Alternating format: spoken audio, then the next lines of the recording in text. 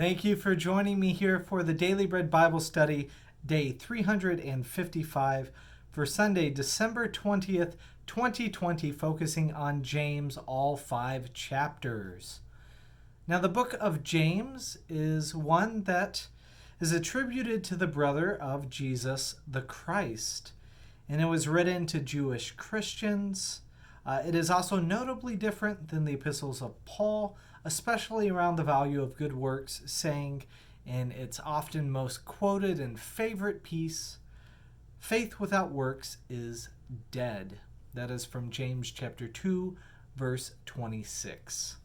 Now, the timing is uncertain around the book of James, and there's a lot of unknown. But let's dive into what we do know in James 1, verse 1. James, a servant of God and of the Lord Jesus Christ, to the 12 tribes in the dispersion, greetings. In 1 Peter chapter 1, the dispersion is mentioned as Pontus, Galatia, Cappadocia, Asia, and Bithynia. So we see that it is these areas that are likely being talked to here by the book of James as well.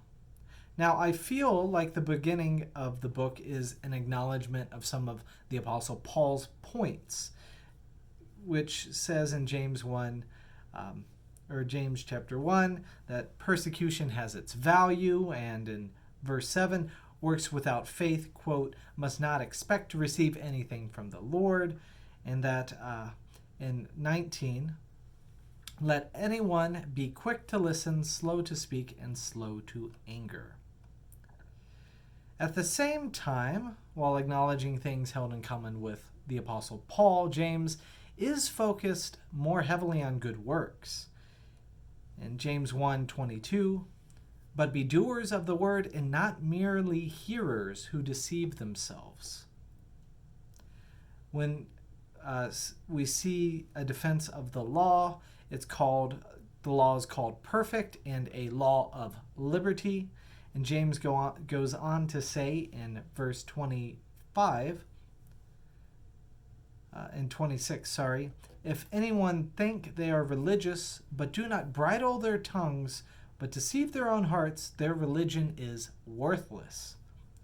Religion that is pure and undefiled before God the Father is this, to care for orphans and widows in their distress, and to keep oneself unstained by the world. That is well put. In James chapter 2, we then see an outcry against favoritism, especially against favoritism of those who are rich. The command to love your neighbor as yourself is restated, and a couple things that could apply to the Apostle Paul are mentioned, or at least those in the circle around Paul. First, Paul was known to be celibate, so adultery was not an issue for him. Secondly, Paul was known to have murdered the deacon Stephen while still being a Pharisee, so I cannot help but see a connection to the Apostle Paul in the following quote here in James 2, verse 11. If you do not commit adultery, but if you murder, you have become a transgressor of the law. So I don't know if this is James directly speaking to Paul or about some of those who have followed in the ways of Paul, but there will be the tension over the non-Pauline epistles about this difference in viewpoint of works and how we are supposed to fulfill the law there. So James even comes in chapter 2, verse 14, asking the question, can faith save you? For the Apostle Paul, maybe the answer is clearly yes, but for James, the answer is clearly no. James 2, verse 18 says, show me your faith apart from your works, and I by my works will show you my faith. And if that is not enough, James then has a different view of Abraham's righteousness, ironically quoting the same thing the Apostle Paul did, but saying that, namely, the act of becoming justified by offering Isaac was what mattered with Abraham.